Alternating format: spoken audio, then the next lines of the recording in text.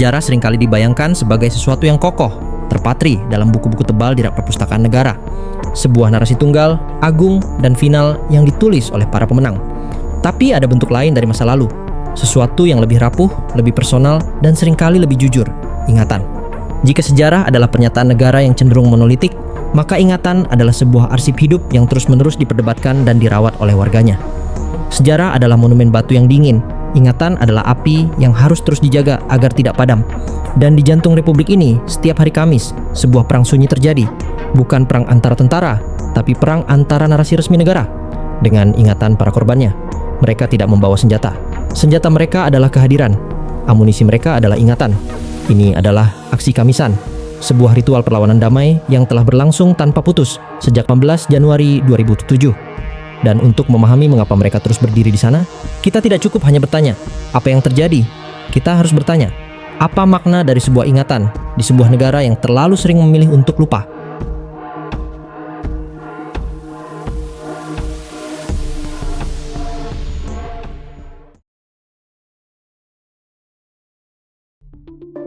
Setiap gerakan perlawanan besar seringkali lahir dari sebuah proses alkimia yang paling purba.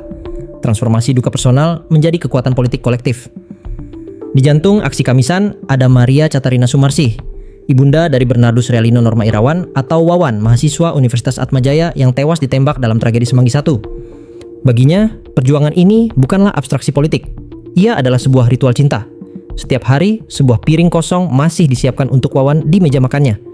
Ritual sunyi ini adalah inti dari apa yang disebut para sosiolog sebagai transformasi duka. Sebuah proses di mana rasa kehilangan yang paling privat tidak dibiarkan menjadi racun yang melumpuhkan, melainkan disuling menjadi bahan bakar untuk sebuah tujuan yang lebih besar. Duka cita saya sudah bertransformasi untuk mencintai sesama manusia dan para korban, ujar Sumarsih. Bahkan penghargaan Yap Thiam Hien Award yang ia terima pada tahun 2004 digunakannya sebagai salah satu modal awal untuk mendirikan jaringan Solidaritas Korban untuk Keadilan atau JSKK. Api yang sama juga dijaga oleh Suciwati, istri mendiang Munir Said Talib, yang dibunuh dengan racun arsenik pada tahun 2004. Keterlibatannya sangat krusial dalam menghubungkan kasus suaminya dengan pola impunitas sistemik yang melindungi para pelaku kejahatan HAM lainnya.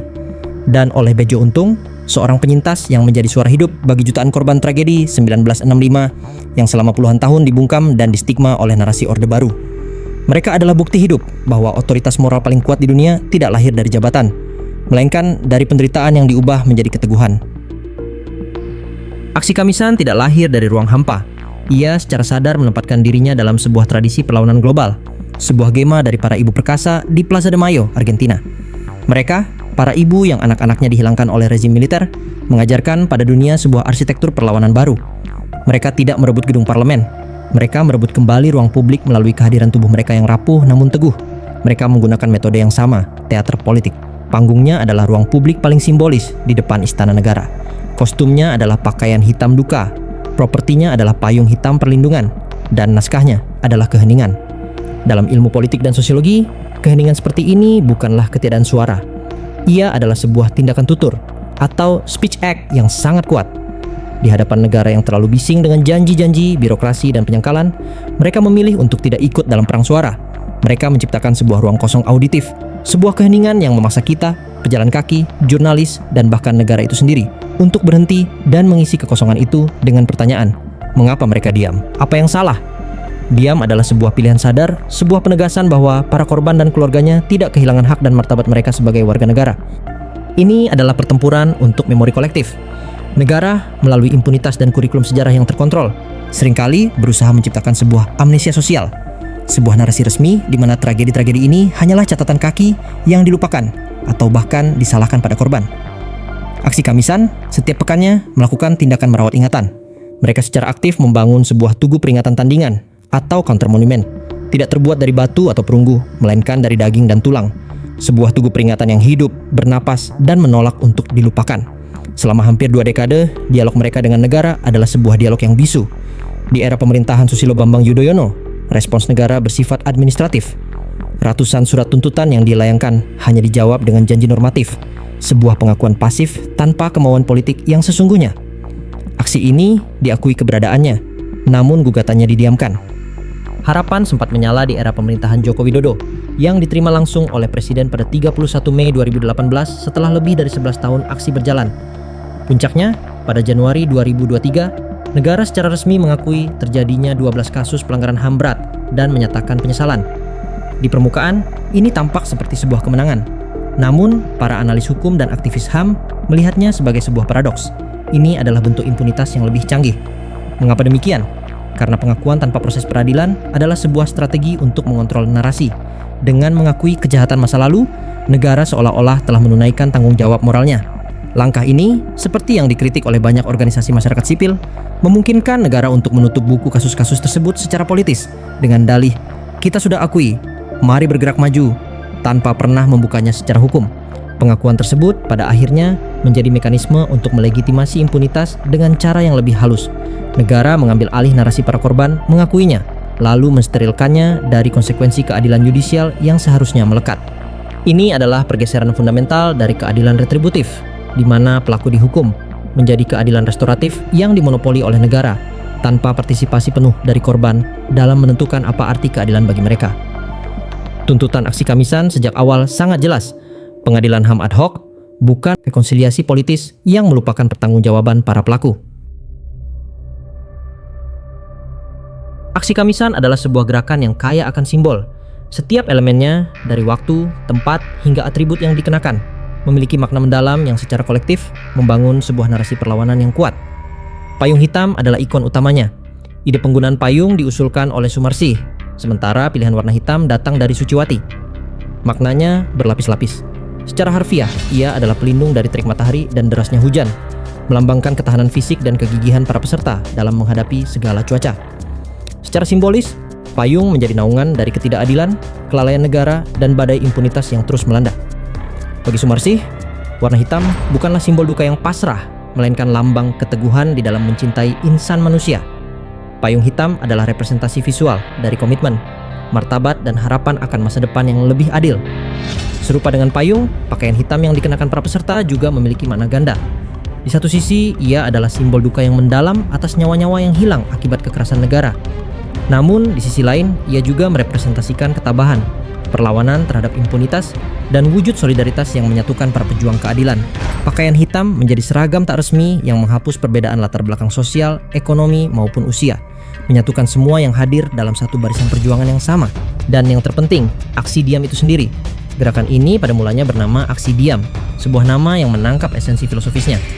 Diam adalah sebuah pilihan sadar, bukan tanda menyerah atau ketiadaan suara. Berdiri tegak dalam diam melambangkan bahwa para korban dan keluarganya tidak kehilangan hak dan martabat mereka sebagai warga negara. Keheningan ini merupakan kritik paling tajam terhadap kebisuan negara yang menolak untuk berbicara jujur dan bertindak adil. Aksi diam ini memaksa audiens, baik itu pejalan kaki, pengendara, maupun media, untuk tidak hanya mendengar, tetapi melihat dan merenung. Keheningan menciptakan ruang bagi pesan-pesan tertulis di poster dan payung untuk berbicara lebih lantang, menuntut keterlibatan intelektual dan emosional dari siapapun yang menyaksikannya. Secara keseluruhan, semiotika aksi Kamisan dapat dilihat sebagai sebuah upaya subversi terhadap bahasa kekuasaan. Rezim negara seringkali mengekspresikan kuasanya melalui bahasa yang dominan, pidato-pidato resmi, siaran pers yang terkontrol, undang-undang, hingga suara sirene aparat. Aksi Kamisan secara sadar menolak untuk terlibat dalam perang suara tersebut. Dengan memilih diam, mereka menciptakan sebuah medan komunikasi alternatif yang tidak dapat didominasi atau dikontrol oleh negara dengan cara-cara konvensional. Simbol-simbol visual, payung, warna hitam, foto-foto korban menjadi bahasa baru mereka. Ini adalah bahasa universal yang melintasi batas-batas literasi dan lebih sulit untuk dipelintir oleh narasi tandingan dari negara. Mereka membalas propaganda verbal dengan kebenaran visual yang sunyi dan tak terbantahkan. Di tengah kebuntuan dialog dengan negara, kekuatan aksi Kamisan justru tumbuh secara organik.